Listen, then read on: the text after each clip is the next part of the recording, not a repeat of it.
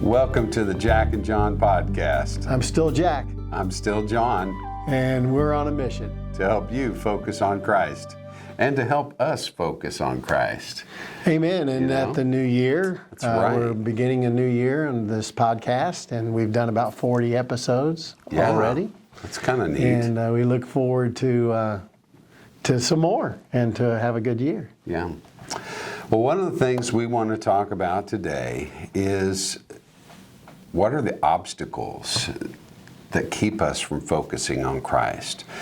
That's part of the reason why we have the whole podcast to begin with, is because it's not necessarily easy or natural, but we want our focus to be on Christ for a lot of reasons, and there are a lot of things that get in the way. Jack, help me out on this. Well, as you look at a new year, you can bet that there's going to be obstacles that we're going to face this year. I'm glad that we don't know what's going to happen this year, because it would be a horrible thing if something bad is in store for us, to just dread that. I'm glad that God blesses us and doesn't necessarily show us the future. Can you imagine, had you known in 2020 that we were going to have a pandemic and we were going to be stuck in our homes for 8 months, and all that happened, that year? I know that just recently some friends that I've loved for a long, long time lost the battle with sickness and passed and have gone into heaven. Right. And that's a cause for grief and hurt and loss and pain, and I think you could probably call that an obstacle. Sometimes there are other obstacles of financial loss, or having to move to a different part of the country away from loved ones, or could even be ourselves can be an obstacle. Maybe our unforgiveness or our lack of understanding of certain situations. Sometimes our relationships that get broken because of things that we have done or not done, or that our spouse has done to us, and that becomes an obstacle. Sometimes the rebellion of our children. So you have a lot of things, I think, that are obstacles to focusing on Christ. So what I would say, John, in kind of approaching this topic, is to say that sometimes obstacles cause us to lose focus on Christ, but sometimes the obstacles of life bring us to focus on Him. What are your thoughts on that? Oh, I agree. There are so many things that come into my mind. One of the things is, when you're on a trip or you're driving someplace, it's funny, but sometimes it's hard to keep your focus on the road. And that's dangerous. We've had to put laws into place because of the danger. Wear your seatbelt. Don't hold your phone in your hand. Don't stare at your phone. So many things. Even like a car's got a little navigator, and it won't let you adjust stuff on the navigator while the car is moving, which makes sense. Your eyes need to be focused on where you're going and not on something else. And it's like that with Christ. He is our object. He's our goal. He's who we're aiming toward, because we want to be with Him forever. I want to live with Jesus for eternity.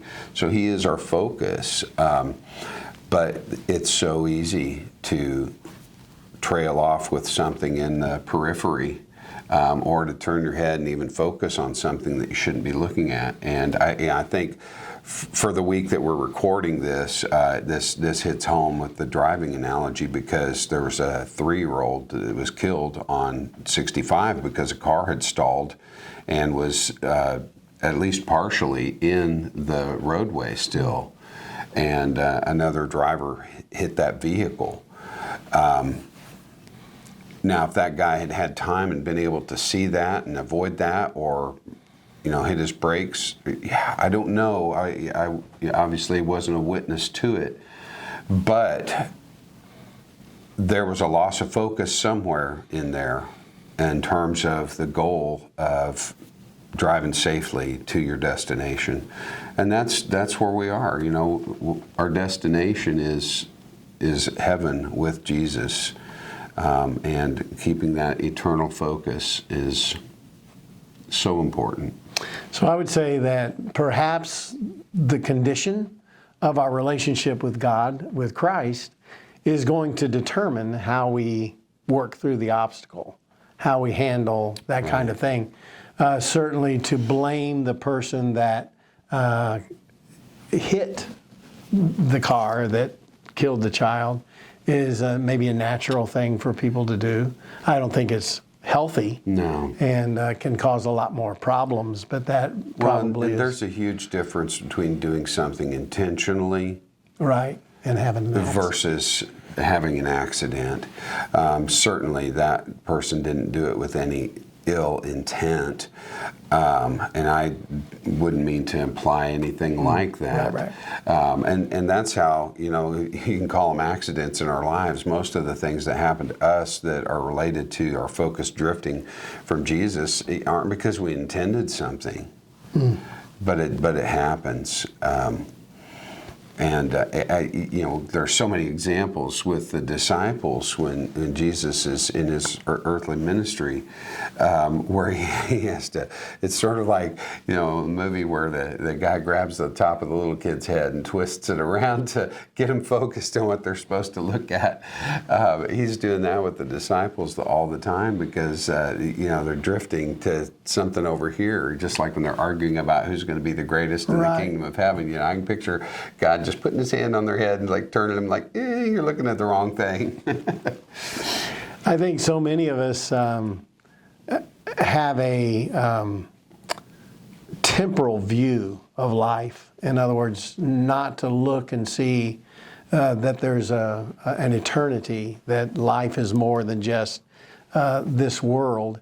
And in order to be able to make sense, I think, of a lot of the obstacles that face us in this world, if we don't have someone to face them with us, if we don't have a close friend and a relationship with God, which is even better, the best, to have Him as our friend, then we can face the issues, the obstacles of life in a different manner. I think for me, the focus of my life, I've always strived to make Christ my focus. Not that I've always attained what I've tried to look up to or live up to, but it's certainly the thought in my mind and in my life for my children, for instance, and now for my grandchildren. What do you want for your kids? I never wanted happiness to be the main focus of my child's life. Sometimes people will say, well, I want my kids to be happy. Well, I don't necessarily want that for them. What I want for my children is that they not focus on the goods of the world, on the material things of this world, and when they've got enough stuff, then they're going to know purpose and they're going to be able to get through the obstacles. I want them to know Christ, to have Christ as their Lord and Savior, and then their focus on life next to having Him is others, other people. Are you touching other people in a positive way? Are you touching other people with the knowledge of Christ so that they might have that focus on Christ? So that when the struggles and the difficulties and the obstacles come, we can get through those because we have help. Right. We have someone with us. We have Christ with us. And they look different. Obstacles look totally different when you put it in that perspective, instead of looking at it from, oh boy, that happened to me. Why did the evil God do that? Or why did that happen? Or what have I done? Or I've just tried to be good and faithful. Why did this happen? And be more selfish in your perspective of the obstacle. You were talking about people thinking, I just want my kids to be happy. And I remember years ago we had a youth pastor at our church, Todd Clark. He's kind of big time now, you know. He's flying in from California to preach in Chicago. And love you, Todd and Renee. But he said the same thing. He said, I hear parents say I just want my kids to be happy.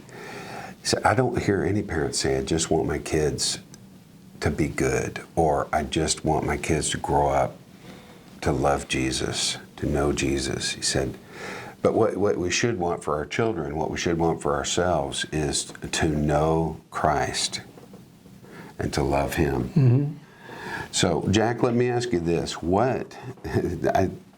I hope this isn't too personal, but what is your biggest obstacle to focusing on Jesus?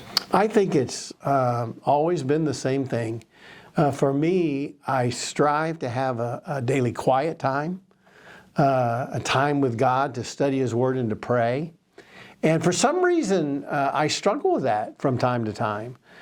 Just making the time to get into the Word and making a time to talk to God, to have a dialogue with Christ, to pray. To me, that's what prayer is.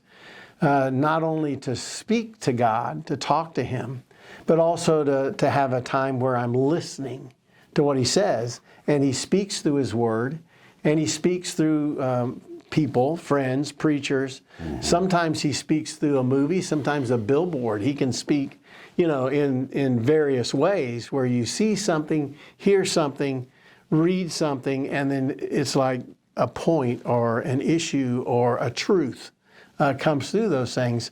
If I'm focusing on Him, if I'm bringing Him into my life, if I'm trying to feel His presence, to know that He's with me at all times. That's my most difficult thing, is to make sure that I am consciously aware of the fact that God is with me, God is in me. He's walking in that and through that obstacle with me, and just to keep that focus and keep praying and keep seeking Him on a daily basis. Simple thing, but I think it's a lot of people struggle just to keep that regular time of prayer. How about you? My biggest problem, my biggest obstacle to focusing on Christ is myself. I get in the way. And I think part of it is we live in a material world with material needs. Got to have a roof over my head. Got to have clothes to cover myself and to keep warm. Got to have food. And those things become real distractions because we can get so focused, I can get so focused on the temporality of life and the things. And, I'm in this, I think it's silly to call it middle age, because I'm not going to live to be 112. Okay, I'm 56 years old. So I'm in my mind, I'm like way past middle age, okay? But I've got to get my mind thinking about, retirement and that kind of stuff. Those things are distracting to me because I want to focus on Jesus. Well, how can I do that? And part of it is I've got to simplify. I've got to let go of those things. And my mind goes back to the rich young ruler. When Jesus was talking to him, and the guy says, "What thing do I lack?" And to me, what's really being said in that story is, you lack me. That's what Jesus is saying. You lack me. You think that your salvation comes from being good, from doing all the things, from following all the rules. The Ten Commandments, this guy's got a checklist, and he's done all of the righteous things, okay? And then he says, what one thing do I lack? And Jesus says, sell all that you have, give it to the poor, and come and follow me. And we so focus on that whole selling all your stuff and giving it to the poor. And I'm not saying that was a bad thing, but the real focus there is that Jesus says, come and follow me. He's asking this guy to understand that your life isn't your life. I am your life. He says to, Mary and Martha, I am the way, the truth, and the life. And what I need, and what I think we all need, is to understand that my life isn't my life. I've got to lay it down and focus on Him and let Him become my life. And it gets really uncomfortable when you really sit down and think about it. We've talked about this before when Jesus says to His disciples, and it's sort of like He's clearing the room in a sense, because He says, unless you eat my flesh and drink my blood, you have no part with me. What's He saying? You need to be completely consumed by me, and you need to consume me. Your life is wrapped up in me, and you have no life if you don't have me. Mm-hmm. That's really deep stuff. So if I was going to share with you who are listening today, how do you do this? I think I would put it in this context. I would say you just need to come with sincerity to God, which to me means you come not with the rituals, not by performing certain rituals, not by attaining some place of belief or focusing on yourself on that, but coming to Him with a sincere heart. And then I think we need to come with fidelity or with full assurance of faith, believing that when we seek God, we will find Him. And so if you seek Him with sincerity, you will find Him. And then what you have is you have humility. Because when you find God and when you see Him genuinely, it's going to humble you. You're going to see then that we are self-centered people, and we have to get our focus off of ourself. We are people who are, single-minded on our seeking for ourselves and what we need, rather than, Lord, here I am, what do you want of me? That humbling myself to God and saying, here I am, take me. And then He purifies me and cleanses me so that I can now live in His presence. He comes within us. So you've sought God, you've come humbly, you've come with sincerity, you've come with fidelity, with faith, and now He comes into you. You now live in His presence. And now we need to take the time, I think, to seek Him on a daily basis, to bring Him into the moments of our lives. And then when the obstacle comes, then you've got help. Then you've got Him to strengthen you and to enable you to see the eternal value in what you're facing, or to have the strength to walk through it and to grow through the obstacle, through the difficulty. And that's kind of the simple plan. To me, it's a simple plan. Not maybe easy to always do it, but draw me close to you, we used to sing. Draw me close to you. I need to be seeking the closeness of God in my life. How many of you are doing that? I think that's a danger, not to seek to come into the presence of God and bring Him into our lives to where we have a close personal relationship with Him. And then we can get through these obstacles that are going to face us this year. When we talk about obstacles that keep us from focusing on Christ, there's a real difference there between that and obstacles in life, because a lot of times for me, the things that we think of as obstacles in life turn my focus toward Christ. When I'm in a moment of loss or hurt or suffering or grief, my natural instinct is to turn to God. And we see this nationally and globally too. When there's a crisis, I remember when 9/11 happened, the churches were filled up, for weeks after that event. Why? Because the tragedy turned our focus to God. But where it's more difficult to focus on God is in our comfort, in our success. And what happened on 9/11, for instance, people were afraid. It brought fear. It was like I can remember people coming to church. Church was full and talking with so many people, and what was going on was people were afraid. It was like, we're being attacked, and what are we going to do? And they feared for their lives, and that brought them to Christ. I think the antithesis of that is when things happen to us, that then some people's tendency is to blame God for that. So if you're afraid, that will bring you to God because you're thinking He has the power to help me and to get me out of this. But if something happens to you that hurts you, then it can be a tendency to blame God for that thing that happened. Why does the benevolent God allow a child to be born with cancer, for instance? And a lot of people, I've heard that comment, is He a benevolent God? Why would He do that? So yes, your focus on whether things happen to you or whether you're looking at life as a fearful thing of what's going to happen to me. Boy, I need to come to God. Right. Or, oh boy, something happened to me. Why did God do that? So you have to focus on Christ, get to know Him, and when you know Him, you will know Him as a God full of love and full of grace.